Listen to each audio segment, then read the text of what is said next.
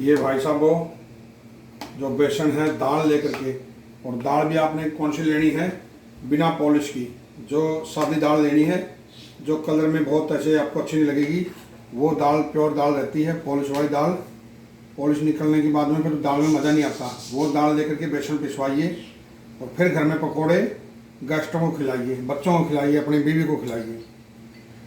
तो वो चीज़ें हैं, पकोड़े अपने खिलाने हैं।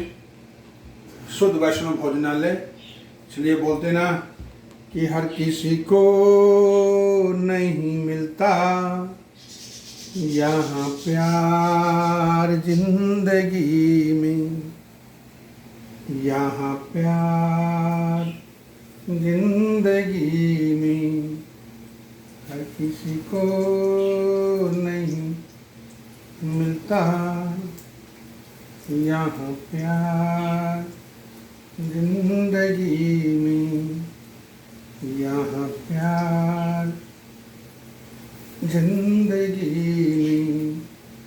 खुश नसीब है जो जिनको है मिली ये बहार जिंदगी में, हर किसी को नहीं मिलता यहाँ प्यार जिंदगी में।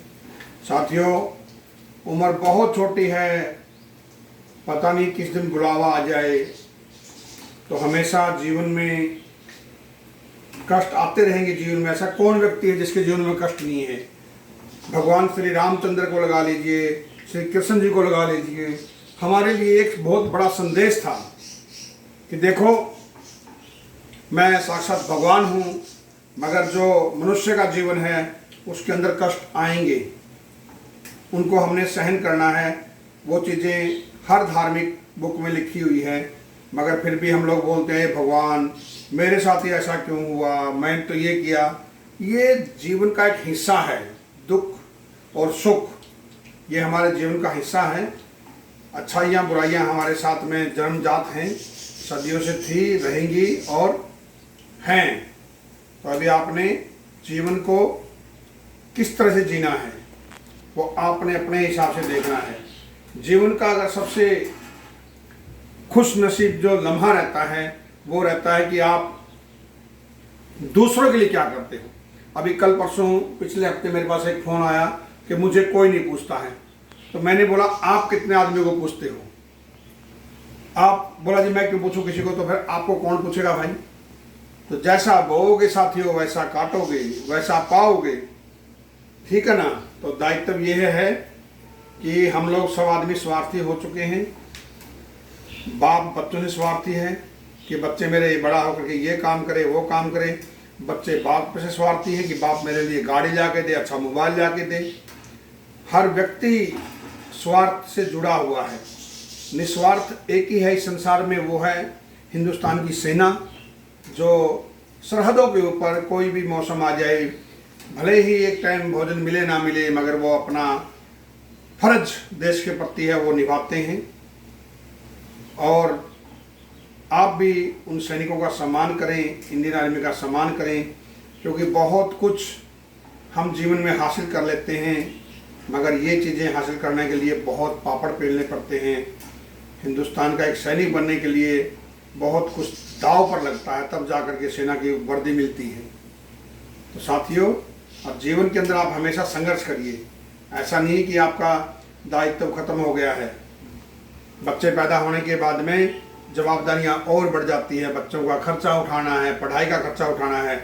उसी तरह से जैसे जैसे हमारी उम्र बढ़ती है वैसे वैसे हमारे ऊपर एक अलग से भार आ जाता है। वो भार है देश का भार।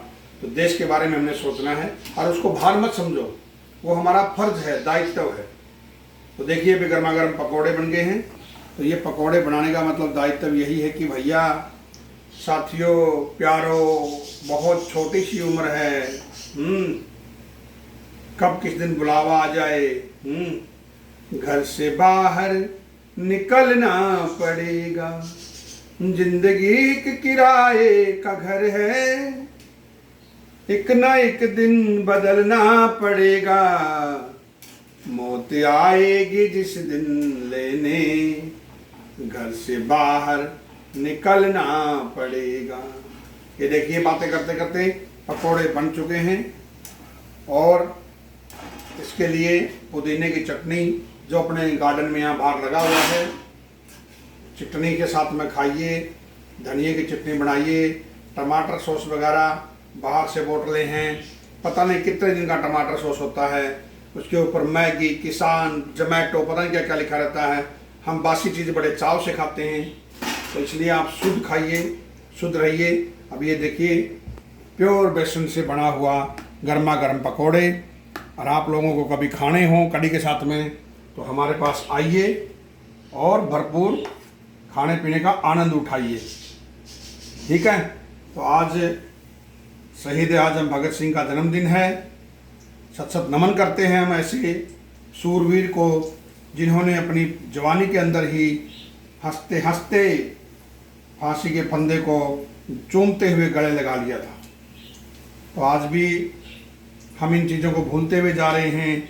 लाल बहादुर शास्त्री ने जो नारा दिया था हमें, जय जवान जय किसान का नारा भूलते हुए जा रहे हैं। हम आज एक चकाचौंध की ज़िंदगी में जी रहे हैं। तो इसलिए ये चकाचौंध की ज़िंदगी को छोड़ करके रियल लाइफ में आइए और जीरो से कहानी शुरू करिए, ताकि आप जनता को कुछ सिखा सकें।